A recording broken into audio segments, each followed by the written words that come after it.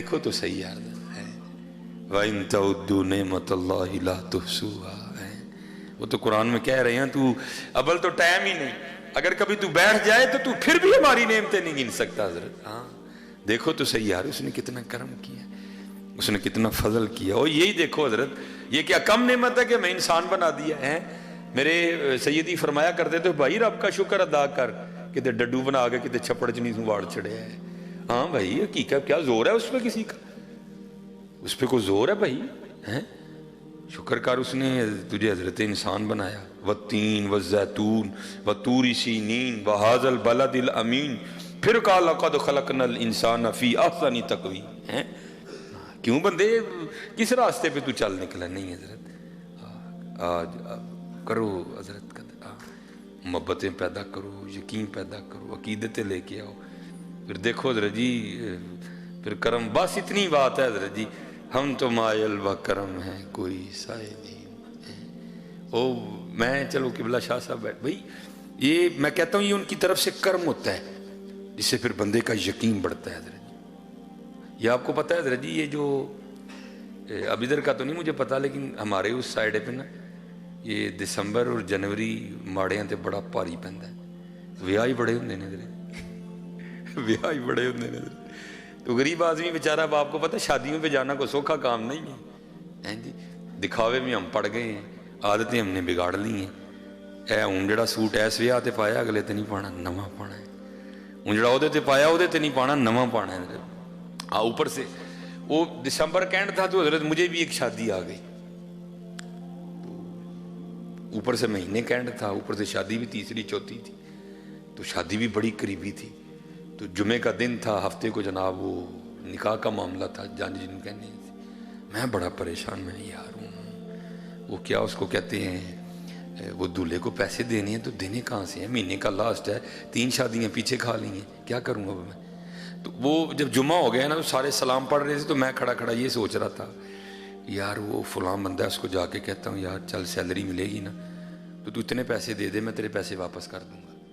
پھر کہا نہیں یار اس کو نہیں کہنا، پھر دوسرا نہیں اس کو نہیں کہنا، پھر تیسرا نہیں اس کو نہیں کہنا، پھر ایک بندے پہ میں پکا ہو گیا۔ میں نے کہا لو جی جمعہ پڑھ کے نا اس کے پاس جاتا ہوں، اس کو جا کے مسئلہ بتاتا ہوں، یار 4-5 شادیاں کٹھی آ گئی ہیں، مہینے کا لاسٹ چل رہا ہے، تو لو جی ٹھیک ہے جی۔ جمعہ ہو گیا، سلام بھی ہو گیا، دعا بھی ہو گئی، اب وہ ملنے ملانے کا سلسلہ شروع ہوا۔ تو ایک بندے نے نا حضرت اپنے ہاتھ میں پیسے اس طرح رول، جتنے وہ رول کر سکتا تھا نا اس نے کیے ہوئے تھے۔ تو جب اس نے ہاتھ میں لایا نا مجھ سے تو میں نے کہا نہیں بھائی میں نہیں لیتا۔ تو آگے ہو کے میرے کان میں کہتا ہے اج نہ کرو اج لوڑ ہے، میرے کان میں کہتا ہے اج نہ کرو اج لوڑ ہے۔ میرے حضرت جی پیروں کے نیچے سے زمین نکل گئی، میں اس کو کس طرح پتا ہے آج مجھے لوڑ ہے؟ میں گھومتا ہی رہا، کہتا ہے حضرت لے لو آج لوڑ ہے۔ اچھا میں نے کہا چلو، بہرحال میں نے پکڑ لیے، وہ مل ملا لیا۔ جب میں باہر گیا نا تو میں اب وہ جو میری مطلوبہ شخصیت تھی میں اس کی طرف بڑھنے لگا، کیونکہ مجھے تھا بڑا بھی ہوگا تو 500 ہوگا، یا بڑا بھی ہوگا تو 1000 ہوگا، اتنا ہی ہوگا نا، کیا اور ہوگا، لیکن مجھے تو ذرا زیادہ درکار ہے۔ لو جی بھی دل میں خیال آیا یار ویکھاں تو صحیح بھلا کنے نے، اور اللہ کی قسم قربان جاؤں ان کی عطاؤں پہ، جب کھول کے دیکھا جتنے سوچے تھے اتنے بھیجے تھے انہوں نے، جتنے سوچے تھے حضرت انہوں نے اتنے بھیجے تھے۔ ہاں حضرت جی کبھی تو صاحب پوچھیں گے کون کھڑا دربار ہمارے، وہ چلے ہو کے تو دیکھو ان کے، ہیں ہو کے تو دیکھو ان کے، دیکھو کی نہیں کر دے حضرت۔ بھائی مسلم لیگ کے بندے پہ اوکھا وقت آئے پہنچتے ہیں، اگلے کیوں نہیں پہنچتے؟ پی ٹی آئی کے بندے پہ اوکھا ویلا آئے پہنچتے ہیں کہ نہیں پہنچتے؟ اگر یہ دنیا دار منوس پہنچتے ہیں تو قربان جاؤ پھر مدینے والی سرکار کی شان پہ ہیں وہ نہیں پہنچیں گے حضرت جی؟ تو آ تو صحیح، بان تو صحیح۔ یہ رود الریاحین امام یافعی رحمۃ اللہ تعالی نے لکھی۔ اب فرماتے ہیں کوئی بزرگ تھے تو انہوں نے اپنے واز میں نا ہارون الرشید کے لیے سخت کلمات بولے، ایجنسیوں کا بندہ اندر ہی بیٹھا ہوا تھا، اس نے جا کے ہارون الرشید کو کہا، انہوں نے کہا جی جمعے جی آج حضرت صاحب نے تاڑے خلاف بڑے سخت لفظ بولے نے۔ بادشاہ وقت تھا، فرمایا اٹھا لاؤ ان کو گرفتار کر لیا، اور قید خانے میں نہیں ڈالا بلکہ کیا کیا، ایک ڈبے میں بند کر دیا گیا جس میں صرف کھڑا ہی رہنا ہے، حرکت بھی نہیں بندہ کر سکے، اس کو تھا کل تک ان کا انتقال ہو جائے گا۔ لیکن امام یافعی رحمۃ اللہ تعالی لکھتے ہیں جب وہ صبح کے دربار میں بیٹھا نا ہارون، تو کسی سپاہی نے آ کر خبر دی جناب وہ جڑے مولوی ہوری کل ڈکے نہیں سن ڈبے وچ، انہیں کو تو باہر باغ چ پھرن دے دیں۔ اس کو بڑا غصہ لگا، اس نے کہا لگتا ہے میری فوج میں کوئی حضرت کا مرید ہوگا تو اس نے نکال دیا ہوگا باہر۔ کہتا جاؤ بابے رنو لے کے آؤ مولوی صاحب۔ وہ مولوی صاحب بلائے گئے۔ اب امام یافعی لکھتے ہیں جو دونوں کے درمیان گفتگو ہوئی ہارون الرشید اور حضرت کے درمیان، وہ ہارون سے سوال کیا کرتا ہے، مولانا یہ آپ کو باغ میں کون لے کے گیا؟ اس کو تھا میرے کسی سپاہی نے نکالا ہے۔ آپ آگے سے فرماتے ہیں جس نے مجھے ڈبے سے نکالا۔ وہ پھر پوچھتا آپ کو ڈبے سے کسی نے نکالا؟ آپ نے فرمایا جو مجھے باغ میں لے کے گیا۔ اب اس کو بھی سمجھ آ گئی تھوڑی سی۔ لکھا ہے امام یافعی نے لکھا ہے، اپنا سر پکڑ کے نا ہارون کہتا یہ کتنی عجیب بات ہے۔ تو آگے سے کہتے ہیں ہارون یہ بتا تیرے میرے رب کی کون سی بات عجیب نہیں ہے؟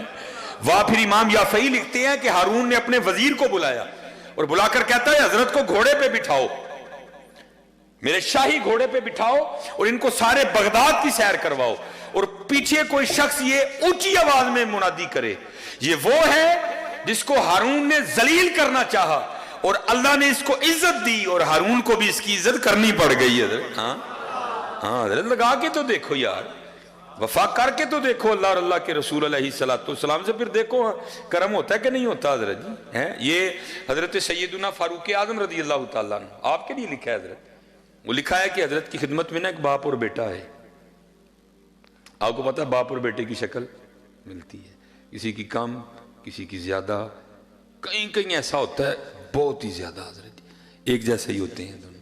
لکھا جب دونوں آئے نا تو دونوں ایک ہی جیسے تھے، فرق اتنا تھا باپ بوڑھا ہو چکا تھا، بیٹا جوان تھا۔ باپ جلد پہ بڑھاپے کے اثار آ چکے تھے، جو بیٹا تھا وہ جوان تھا۔ لکھا ہے کہ حضرت فاروق اعظم رضی اللہ تعالیٰ عنہ بھی حیران ہوئے بغیر نہیں رہ سکے۔ آپ نے فرمایا میں نے بڑے باپ اور بیٹا دیکھے ہیں لیکن جتنی تم دونوں کی شکل ملتی ہے میں نے کبھی نہیں دیکھا۔ اور کردہ حضرت اگر آپ اس بچے کا قصہ سنیں گے تو آپ کی حیرانگی میں اور اضافہ ہوگا۔ آپ نے فرمایا پھر سنا۔ عرض کرتا ہے حضور میں ایک تاجر ہوں اور اکثر تجارت کی غرض سے 4 ماہ 5 ماہ 6 ماہ کے لیے اپنے گھر سے دور رہتا ہوں۔ جب اس بچے کی ولادت ہونے والی تھی نا، بھی دنیا میں نہیں آیا، تو جو میں کام کرتا تھا نا میرا مال بالکل تیار ہو چکا تھا، اگر نہ لے کے جاتا تو ضائع ہو جاتا، مجبوراً نکلنا پڑا۔ تو جب میں نکلنے لگا نا تو میری بیوی اور اس کی ماں مجھے دروازے تک چھوڑنے آئی اور دروازے پہ آ کے مجھے پوچھتی کیا ہے، آپ تو تجارت کے لیے جا رہے ہیں تو آپ کی یہ جو اولاد دنیا میں آنے والی ہے اس کو کس کے حوالے کر کے جا رہے ہیں؟ تو شخص عرض کرتا امیر المومنین میں نے آگے سے اپنی بیوی کو کہا میں اپنی دنیا میں آنے والی اس اولاد کو حوالے کرتا ہوں اللہ کے۔ کس کے حوالے کرتا ہوں؟ اللہ۔ کس کے حوالے کرتا ہوں؟ اللہ کے۔ عرض کرتا امیر المومنین میں چلا گیا، 5-6 ماہ لگ گئے واپس آتے آتے۔ جب آیا نا اپنے علاقے میں تو دل اڑ رہا تھا، پتہ نہیں تھی ہوئی نہیں کہ پتر ہویا ہونا، پتر ہویا ہوئے گا تو نہ رکھاں گا، تھی ہوئے گی تو نہ رکھاں گا، دل اڑ رہا تھا۔ لیکن عرض کرتا امیر المومنین جب گھر آیا نا تو آ کے کیا دیکھتا ہوں گھر کو تالا لگا۔ میں کہا بیوی میری کدھر گئی؟ میں نے ہمسائے کے دروازے پہ دستک دی اور پوچھا میری بیوی کدھر ہے؟ وہ آگے سے کہتا ہے بھائی بات یہ ہے کہ جب بچے کی ولادت کا وقت قریب آیا نا تو تیری بیوی درد ذہ کی شدت کو برداشت نہیں کر سکی، تو اس درد کی وجہ سے اس کا انتقال ہو گیا۔ تو پھر بچے کی ولادت نہیں ہوئی تو ہم نے تمہاری بیوی کو فلاں قبرستان میں دفنا دیا۔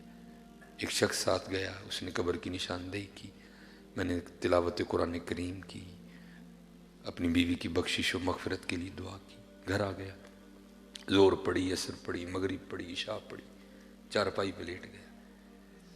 میرے دل کے اندر یہ خواہش پیدا ہوئی کہ میں پھر بیوی کی قبر پہ جاؤں اور جا کے نہ پھر میں قرآن پڑھوں، اس کے لیے دعا کروں۔ آپ کو پتہ ہے حضرت دن کے وقت ڈر کے مارے قبرستان کوئی نہیں جاتا، تو رات کو جانا کو سوکھا کام ہے، لیکن کیا ہے وہ کہتا ہے قدرت کھینچ رہی تھی، نہ چاہتے ہوئے بھی چلا گیا۔ جب اپنی بیوی کی قبر پہ پہنچا نا تو جا کے کیا دیکھتا ہوں،